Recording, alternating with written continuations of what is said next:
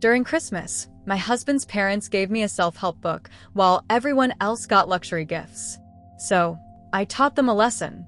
The Whitmore family Christmas celebration always made me feel like I'd stepped into the pages of a luxury magazine. This year was no exception as I stood in the foyer of their sprawling estate, my breath forming small clouds in the December air while I waited for someone to answer the doorbell. My husband James squeezed my hand, his smile reassuring but tinged with that familiar apologetic edge I'd grown to recognize over our 4 years together.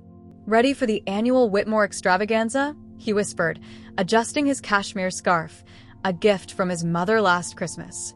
I nodded, though my stomach tightened with a familiar dread. As ready as I'll ever be. The massive oak door swung open, revealing Claudette Whitmore in all her perfected glory. At 62, James's mother maintained the posture of a ballet dancer and the scrutinizing gaze of a jeweler inspecting a questionable diamond. "James, darling," she exclaimed, embracing her son while her eyes flicked over my outfit, a navy dress I'd splurged on specifically for this occasion. I saw the nearly imperceptible tightening at the corners of her mouth. Whatever I wore was never quite right. "Megan," she acknowledged with a cool smile, air kissing somewhere in the vicinity of my cheek. "Come in before you both catch your death." The interior of the Whitmore mansion glittered like something out of a fairy tale, or perhaps more accurately, like the lair of a dragon hoarding its treasure. Crystal chandeliers hung from vaulted ceilings, casting prismatic light across marble floors. The Christmas tree in the main hall stood at least 15 feet tall, adorned with ornaments that I suspected cost more than my entire wardrobe. Gold-rimmed plates and crystal stemware waited on the dining table, which stretched so long you practically needed to text someone at the other end. "Megan, you made it!" James's sister Catherine approached, champagne flute in hand, her Louboutins clicking against the marble. Unlike her mother, Catherine had always been cordial, if not warm. "That color is lovely on you." "Thank you," I replied, grateful for the small kindness. "How's the new gallery coming along?" "Fabulously," she beamed. "We just acquired a Modigliani sketch. Daddy's going to announce it tonight. It's his Christmas gift to the family collection." Of course it was. Last year, Mr. Whitmore had gifted the family a rare vintage wine cellar. The year before, a summer house in Santorini. The Whitmores didn't just celebrate Christmas. They commemorated it with extravagance that bordered on parody. James's younger brother Alexander spotted us and waved from across the room, where he was entertaining guests with what appeared to be a new watch glinting on his wrist. I recognized the distinctive look of a Patek Philippe, likely another early Christmas gift from his doting parents. "Let's get you a drink," James suggested, guiding me toward the bar. "Dad's specialty eggnog?" "Just wine, please," I murmured. I needed to keep my wits about me. Dinner was an exercise in restraint. 6 courses of exquisite food served by staff who moved like shadows around the table. Conversation flowed easily among the Whitmores and their equally affluent guests, discussions of recent acquisitions, travel plans to exclusive destinations, and gentle complaints about the difficulties of finding good household staff these days. I contributed when appropriate, careful not to reveal too much. Let them assume I was just James's pretty, unremarkable wife. Let them think I spent my days watching reality television and browsing department stores with the modest allowance they imagined James provided. Their underestimation was my greatest asset. "Megan, dear," Mrs. Whitmore called from across the table, her voice honey-sweet but eyes sharp. "James tells us you're keeping busy these days. Any little projects you're working on?" I felt James tense beside me. He knew what I was building. He'd been my greatest supporter. But we'd agreed to keep it quiet until the time was right. "Nothing special," I replied with a practiced smile. "Just the usual." Mrs. Whitmore nodded, satisfied with my vague response. "It's important to stay occupied, isn't it?" After dinner came the main event, the gift exchange. The Whitmores never did anything as pedestrian as placing presents under the tree to be opened chaotically. Instead, they had a formal ceremony in the grand living room, with everyone seated in a circle as gifts were distributed one by one. Catherine gasped with genuine delight as she unwrapped a Chanel handbag, the latest collection, not even available in stores yet. Alexander received a set of Montblanc pens that had been commissioned specially with the Whitmore family crest. James's cousin Emma squealed over a pair of diamond earrings from Cartier, while his uncle admired a rare first-edition book on sailing. Each gift was more extravagant than the last, each recipient appropriately odd. The room filled with expensive tissue paper and the sound of appreciative murmurs. Then came my turn. Mr. Whitmore handed me a package with a smile that didn't quite reach his eyes. It was small, suspiciously small compared to the others, and lightweight. I carefully unwrapped it, aware of the sudden hush in the room, the weight of eyes watching. Inside was a book. Not a rare first edition or a luxurious art book, but a mass-market paperback with a garish cover. Confidence and Class, Dressing for the Success You Deserve, proclaimed the title in bold letters over the image of a smiling woman in a power suit. The price sticker was still visible on the back, $9.99. "We thought it might be helpful," Mrs. Whitmore explained, her voice dripping with false concern. "Every woman should know how to present herself appropriately, especially when associated with a family like ours." I heard Catherine's small intake of breath. Alexander suddenly became very interested in his watch. James's hand found mine, squeezing so hard it almost hurt. "Thank you," I managed, my voice steady despite the fire burning inside me. "How thoughtful." "It was nothing, dear," Mrs. Whitmore replied with a dismissive wave. "Just a little something I picked up while shopping for the important gifts." The important gifts. The distinction couldn't have been clearer if she'd written it in the sky. James cleared his throat. "Mother, that's—" "Your turn, son," Mr. Whitmore interrupted, handing James an exquisitely wrapped box that undoubtedly contained something worth thousands. As James reluctantly unwrapped a custom-made watch that probably cost more than a car, I sat quietly, the self-help book burning in my lap like a brand of shame. They thought I was beneath them. A bartender their golden boy had inexplicably married. A charity case they had to tolerate at family gatherings. What they didn't know, what would have shocked their perfectly curated world to its core, was that for 3 years, I'd been building something extraordinary. Something that would soon shake the foundations of their precious family legacy. While they saw me as James's decorative, undereducated wife, I was secretly becoming someone they would one day desperately need. I smiled and sipped my wine, letting them enjoy their moment of superiority. Let them think they'd put me in my place with their $9.99 insult disguised as a gift. The day would come when they'd realize just how badly they had misjudged me.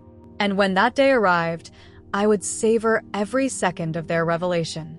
3 days after the Whitmore Christmas debacle, I sat in my private office downtown, a space none of my in-laws knew existed. The floor-to-ceiling windows offered a panoramic view of the city skyline, the morning sun glinting off glass and steel.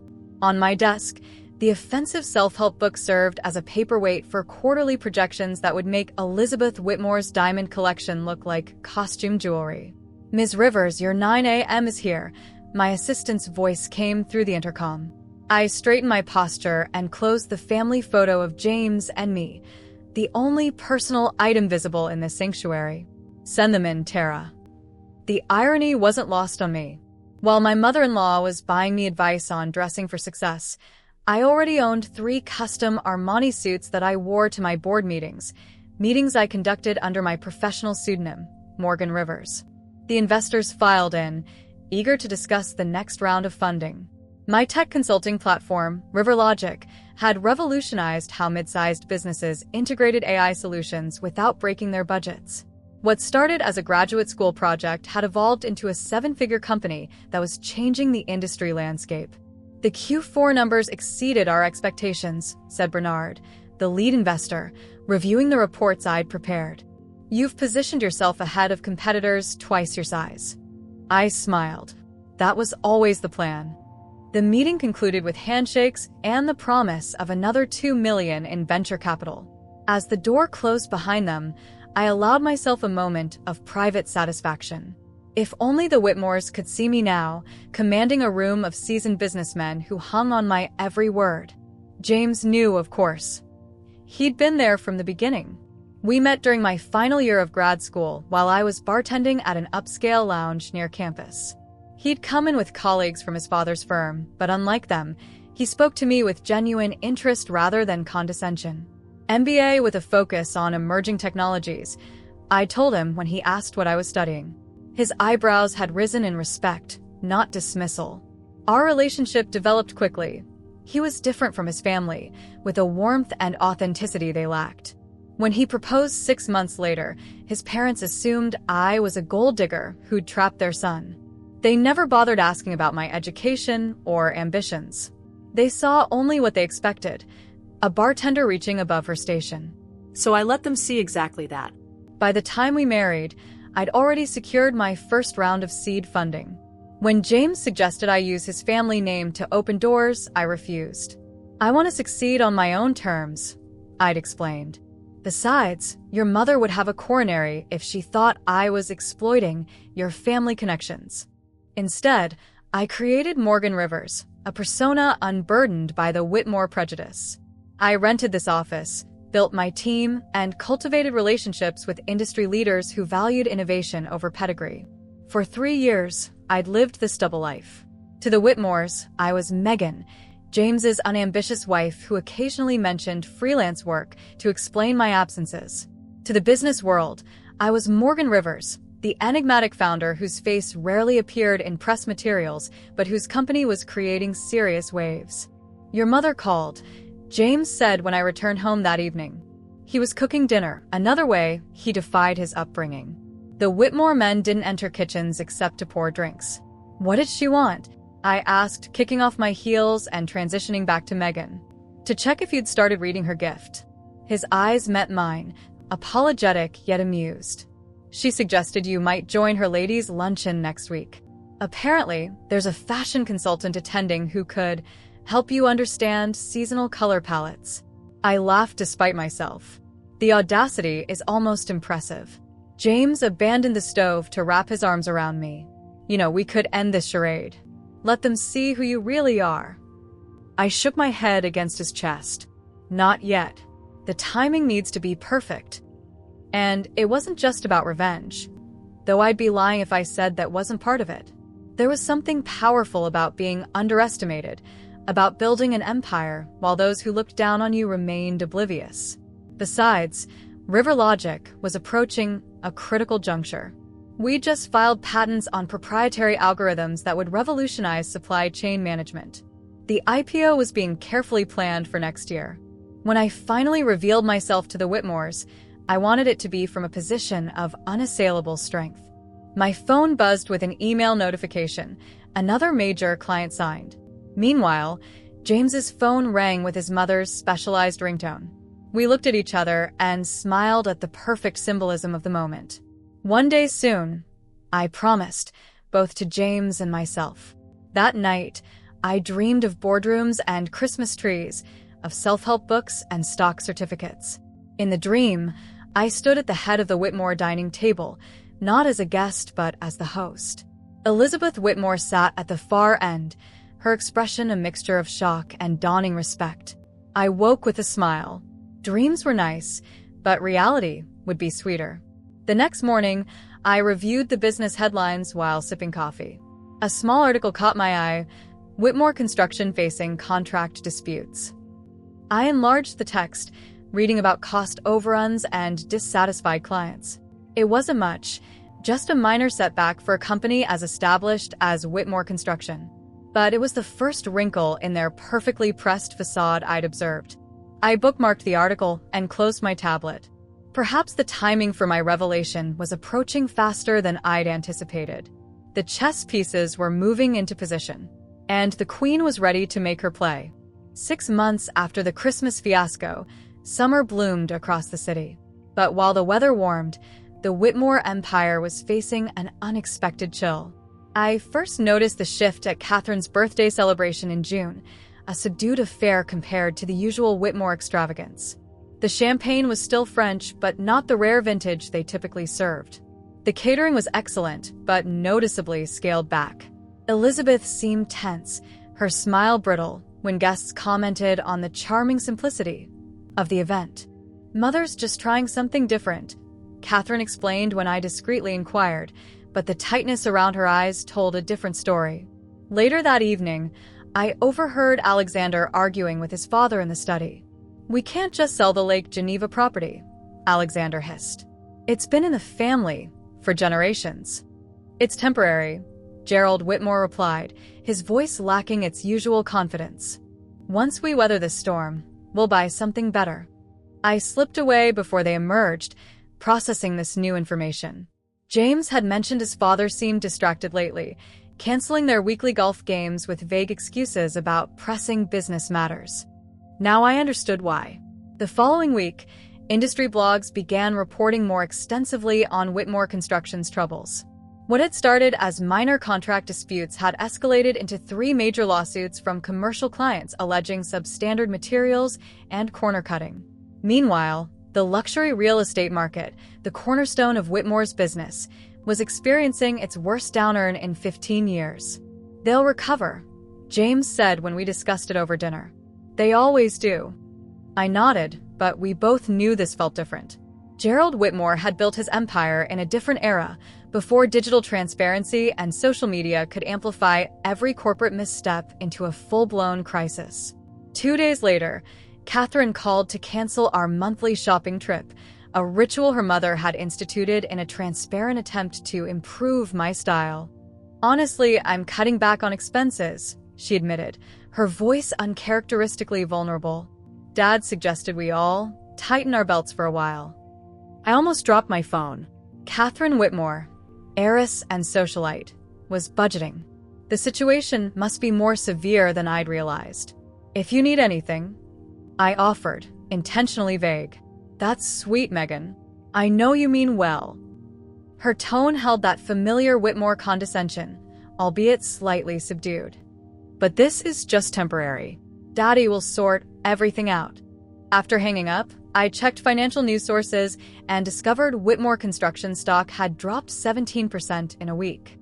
Their largest development project in Miami had stalled after failing multiple safety inspections, and environmental activists were staging protests at their headquarters over wetland violations at another site. Meanwhile, RiverLogic continued its meteoric rise. We'd just secured a major contract that made even my most optimistic investors raise their eyebrows in appreciation. The timing couldn't have been more ironic. As the Whitmore fortune faltered, mine soared. The real shock came in late July. James and I were enjoying a rare quiet evening when his phone rang. He answered, then frowned in confusion. "It's my mother," he whispered, covering the receiver. "She's asking for you." Elizabeth Whitmore had never, not once in 4 years, called specifically to speak with me. I took the phone with trepidation. "Hello, Elizabeth," I said, keeping my voice neutral. "Megan, dear." Her tone was unnaturally warm. "I've been thinking about you. Would you like to have lunch tomorrow? Just us girls?" I caught James's eye. He looked as baffled as I felt. "That sounds lovely," I replied, curiosity overcoming my instinctive wariness. We met at an upscale restaurant that, while still exclusive, was several notches below Elizabeth's usual haunts. She arrived late, a first in my experience. Elizabeth Whitmore considered punctuality a moral virtue, at least for others. "You're looking well," she said, studying me with new intensity. "That business you dabble in, remind me what it is again?" "Tech consulting," I answered simply. "Yes, that's right."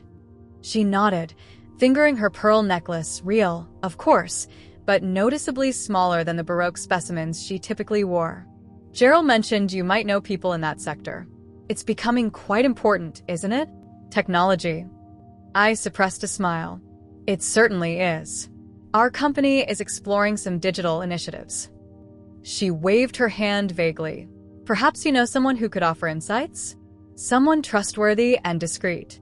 And there it was, the first direct request for help, thinly veiled but unmistakable. "I might," I replied carefully. The conversation meandered through safer topics. Charity galas she was reconsidering attending, a vacation home the family was renovating rather than using this summer. But her agenda remained transparent. As dessert arrived, which she declined, another first, Elizabeth leaned forward confidentially. "The business world can be so volatile," she said. "Gerald has associates, of course, but sometimes fresh perspectives are valuable. If you could connect him with someone in your circle, I'd consider it a personal favor." I savored the moment briefly before responding. "I'll see what I can do." By the time I left the restaurant, 3 more messages awaited me. One from Catherine asking if I knew anyone who might be interested in buying some jewelry. Another from Alexander wondering if James and I could recommend a more affordable apartment building.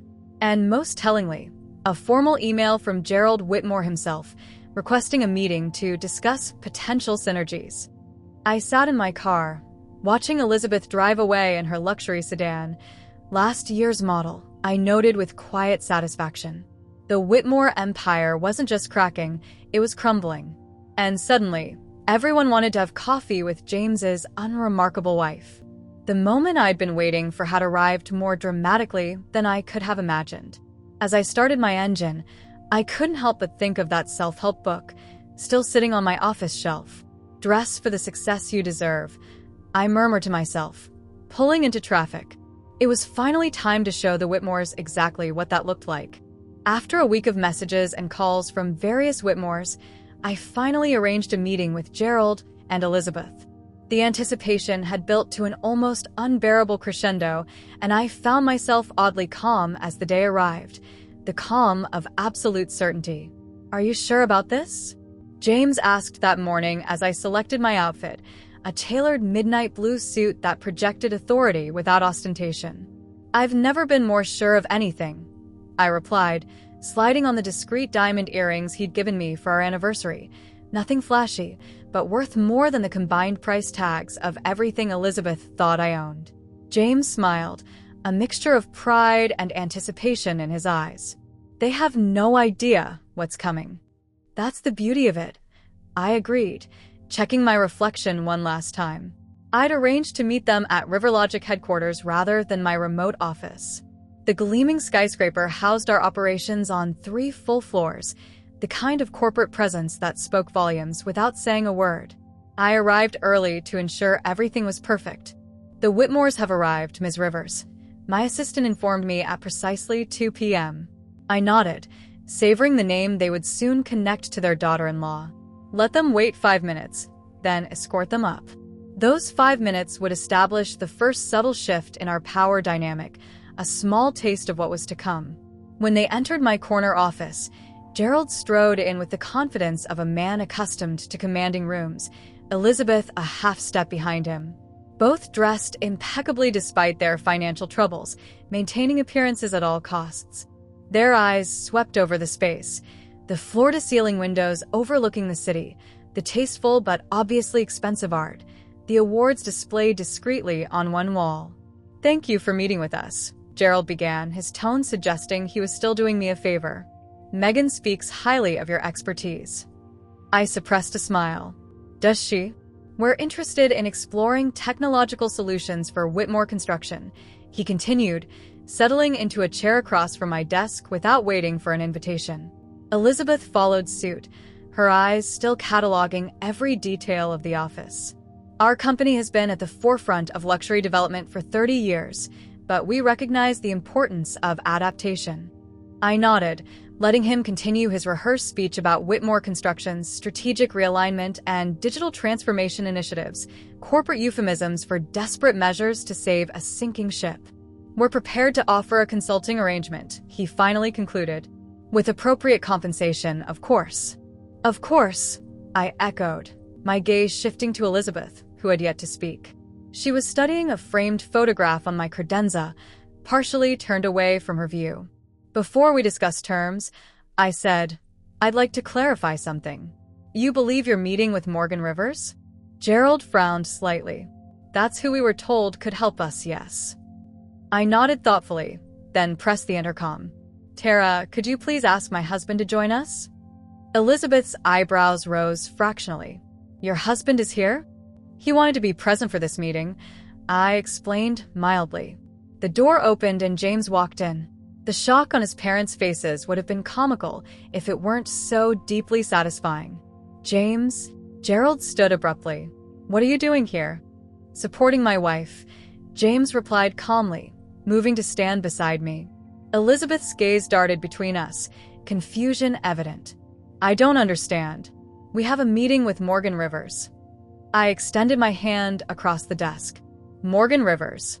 A pleasure to formally introduce myself. The silence that followed was magnificent, a perfect crystallization of dawning realization. Gerald remained standing, frozen in place. Elizabeth's carefully maintained composure cracked visibly, her mouth opening and closing without sound. You, she finally managed. Me, I confirmed. Gerald found his voice. This is some kind of joke. Not at all, I replied, turning the photograph on my credenza to face them, a professional headshot of me at a tech conference, accepting an innovation award. Morgan Rivers is my professional name.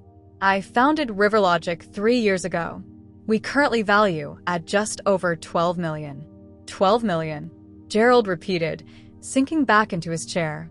And growing, James added proudly. The company just secured Series B funding. Elizabeth's shock transformed into something more calculating. But you never said anything. You let us think. That I was just James's unemployed wife? I finished for her. Yes, I did. Why the deception? Gerald demanded, businessman enough to recover quickly. I met his gaze directly. It wasn't deception. It was a choice to build something on my own terms, without the Whitmore name opening or closing doors. James placed a hand on my shoulder. Megan completed her MBA with a focus on emerging technologies. She developed the RiverLogic platform during graduate school. Her algorithms have revolutionized how companies integrate AI solutions. Elizabeth stared at the self-help book I deliberately placed on the corner of my desk, the Christmas gift she'd given me. Recognition flickered in her eyes, followed by something that might have been shame. So, when you said you knew someone who could help us, Gerald began.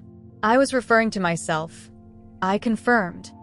The question is, what exactly do you need help with? Gerald's business instincts reasserted themselves. Perhaps we should discuss that privately. James stays, I said firmly. He's been my partner in this from the beginning.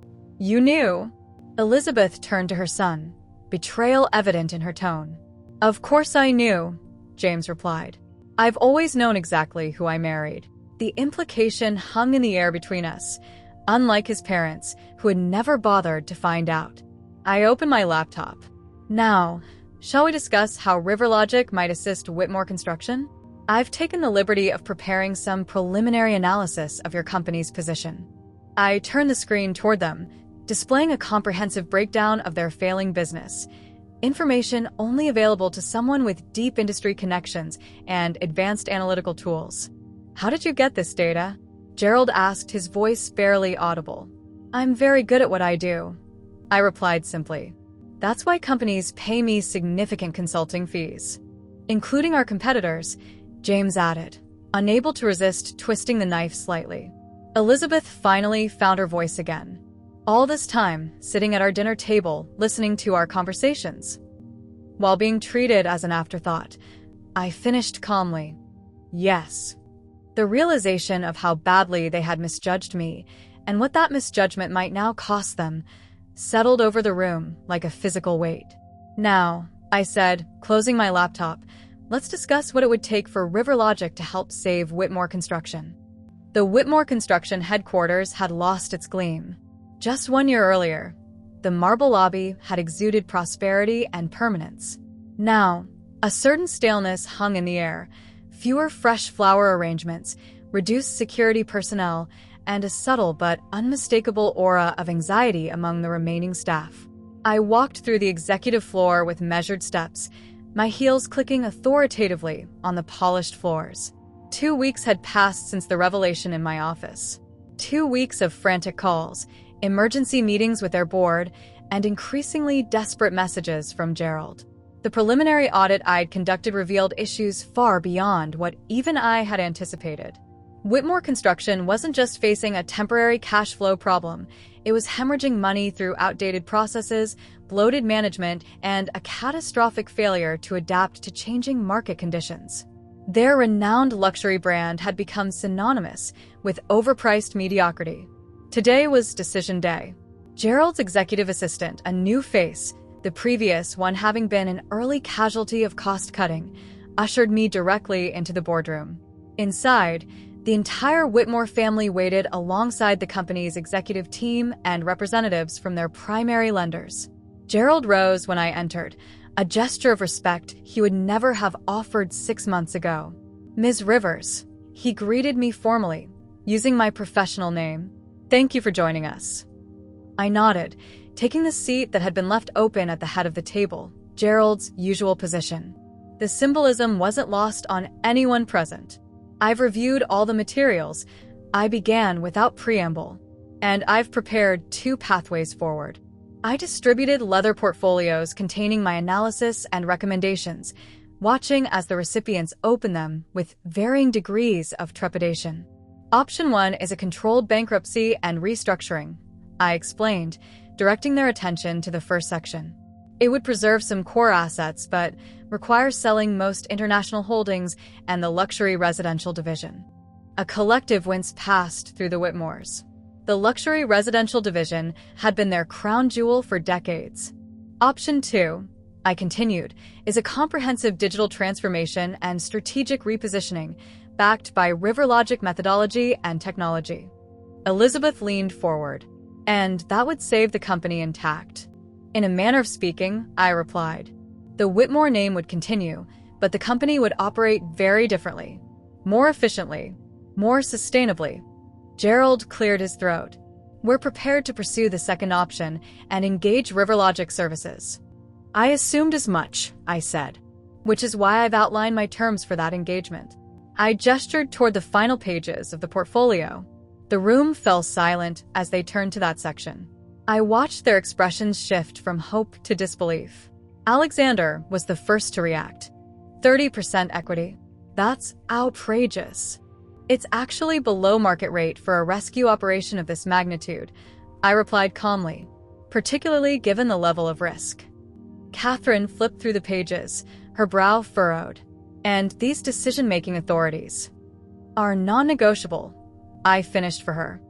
"For this to work, I need unilateral control over technology implementation, staffing, and operational restructuring." Gerald's face had turned an interesting shade of gray. "This would effectively make you co-owner of Whitmore Construction." "Yes," I agreed simply. "It would."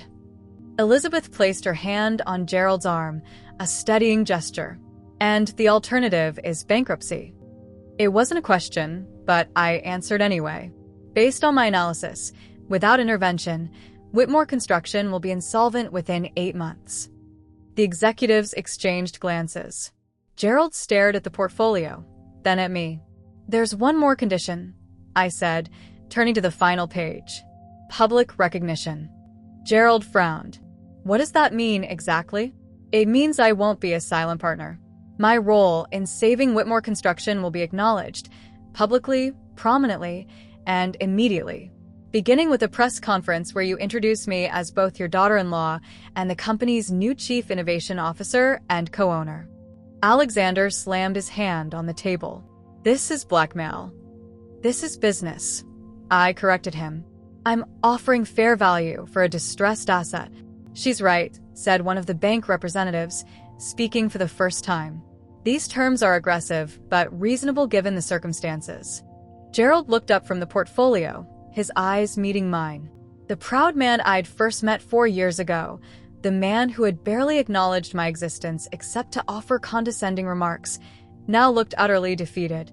"And one more thing," I added, reaching into my briefcase. I pulled out a familiar object, the self-help book from Christmas, and placed it in the center of the table. "I want an apology, not in private, but in front of your entire board." Elizabeth flinched visibly. Catherine looked away, while Alexander scoffed, though with less conviction than before. "An apology," Gerald repeated flatly. "For underestimating me." For treating me as less than. "For assuming I had nothing of value to offer beyond being James's wife." The silence stretched until Elizabeth straightened her shoulders. "You're right," she said, her voice surprisingly steady. We misjudged you terribly. Gerald nodded slowly. We did. And we apologize. He looked around the table at the assembled executives. Megan, Ms. Rivers, deserves our respect. Not just for what she can do for this company, but for who she's proven herself to be despite our assumptions. I let the moment sink in, then extended my hand. Then we have a deal? Gerald shook it firmly. We have a deal. As I drove away from Whitmore headquarters, I felt a complex mix of emotions, satisfaction, certainly, but also a surprising sense of purpose beyond mere revenge. The Whitmore Construction Company employed thousands of people whose livelihoods depended on its survival. By transforming it, I wouldn't just be claiming my rightful place in the family hierarchy, I'd be creating something better. I called James as I pulled onto the highway. How did it go? He asked. They agreed to everything, I told him. They didn't really have a choice. How did it feel? I considered the question carefully. Less like victory and more like responsibility. That's why you'll succeed where they failed, James replied. It was never about the name for you. It was always about building something worthwhile. As I headed back to my office, to begin outlining the monumental task of rebuilding the Whitmore empire, I glanced at the self-help book sitting on the passenger seat. The irony was perfect. Its advice had been spot on after all, just not for me. 1 year later, snow fell gently outside the floor-to-ceiling windows of our downtown penthouse. The space, minimalist yet luxurious, reflected my personal aesthetic far more than the ostentatious Whitmore mansion ever had.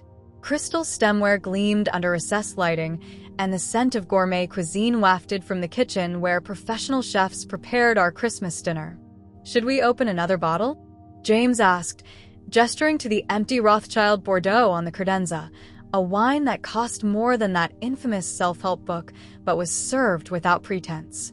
They'll be here soon, I replied, adjusting a hand-carved wooden ornament on our tree, modest in size compared to the Whitmore monstrosity, but decorated with pieces we'd selected together during our travels. No designer had been consulted, no theme enforced. Each item held actual meaning. The past year had transformed more than just Whitmore construction. The entire family dynamic had undergone a seismic shift as I systematically rebuilt their company from the ground up. Outdated processes were modernized, bloated management structures streamlined, and the company's focus redirected towards sustainable luxury development, incorporating cutting-edge technology. Within 6 months, their stock had rebounded. By 9 months, they'd recovered most of their losses. Now, at the 1-year mark, Whitmore Rivers Construction, the rebranding had been non-negotiable, was poised to outperform its previous peak. The doorbell chimed. I smoothed my simple but exquisitely tailored dress, a custom Valentino that cost more than most cars, but didn't scream its pedigree. I'll get it, James offered, but I shook my head. No, this is my house. I'll welcome them. I opened the door to find the Whitmore clan huddled on our threshold, still impeccably dressed but with subtle indicators of their adjusted circumstances. Gerald's watch was high quality, but not the limited edition he'd previously worn. Elizabeth's pearls were elegant, but smaller. Catherine and Alexander had arrived in hired cars rather than their personal vehicles. Welcome. I greeted them warmly, genuine in my hospitality despite our complicated history. Please come in. They entered with appropriate murmurs of appreciation for the space. Elizabeth's eyes cataloged everything just as she'd done in my office a year ago, but her expression was different now, less judgmental, more curious. What a lovely home, she offered, handing me a tasteful bouquet. Thank you for hosting us this year. My pleasure, I replied, accepting the flowers. It seemed fitting to start new traditions. Gerald approached after hanging his coat.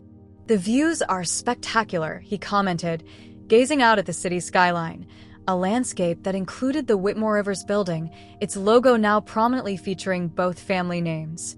That's why we chose this location, I explained. You can see everything from here. The symbolic meaning wasn't lost on him. Gerald nodded, a small smile acknowledging the subtlety. Dinner was served at a table that accommodated our exact number. No excessive space, no elaborate place settings, just thoughtful elegance. Conversation flowed more naturally than I could have imagined a year ago. Catherine discussed her new gallery focusing on emerging artists rather than blue-chip names. Alexander mentioned his work with the company's new sustainability initiative, a position I'd created specifically to leverage his networking skills while teaching him actual business value. Elizabeth, perhaps most surprisingly, had adapted with remarkable resilience. She'd thrown herself into philanthropic work after stepping down from her various social chairmanships, discovering a genuine passion for educational initiatives. Your restructuring strategies were featured in Business Quarterly, Gerald mentioned as dessert was served. The article called you a visionary disruptor. Well deserved. Thank you, I replied. The company has come a long way. Thanks to you, he acknowledged, the admission clearly still difficult but genuine. After dinner, we gathered around the tree for the gift exchange, the moment that had defined our relationship a year ago. Now, it served as the perfect benchmark for how dramatically things had changed. You first, I said to James, handing him a small box. He unwrapped it to reveal keys to a vintage Aston Martin he'd admired for years. Expensive, but meaningful rather than merely showy. Then came Catherine's turn.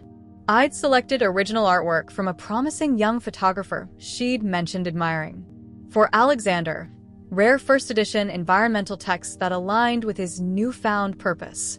For Gerald, I'd chosen a custom-designed smart home system that incorporated Whitmore River's new building technology, a showcase for clients as well as a genuine improvement to his daily life. When Elizabeth's turn came, I handed her a small, elegantly wrapped package. The room grew quiet, the memory of last year's gift exchange hanging unspoken between us. She unwrapped it carefully to reveal a book, but not just any book. It was a limited edition, leather-bound volume with gold embossing. The title made her breath catch. How to Recognize a Queen When She's Sitting at Your Table. I had it specially commissioned, I explained as she opened it to find blank pages interspersed with inspirational quotes about recognizing true value and looking beyond appearances. Elizabeth's eyes met mine, a complex mix of emotions passing between us before she laughed. Awkwardly at first, then with genuine humor. Well played, she acknowledged, running her fingers over the embossed cover. And well deserved. I raised my champagne glass. To new traditions. And to seeing people for who they truly are, James added, his arm around my waist. As glasses clinked around our table, I surveyed the scene with quiet satisfaction. The revenge I'd plotted had evolved into something more meaningful than mere triumph. I hadn't just proven my worth. I'd created something lasting. The Whitmore family hadn't been destroyed. They'd been transformed, just as I had transformed their company. And in this new reality we'd forged, I finally felt exactly where I belonged, not fighting for a place at someone else's table, but confidently at the head of my own.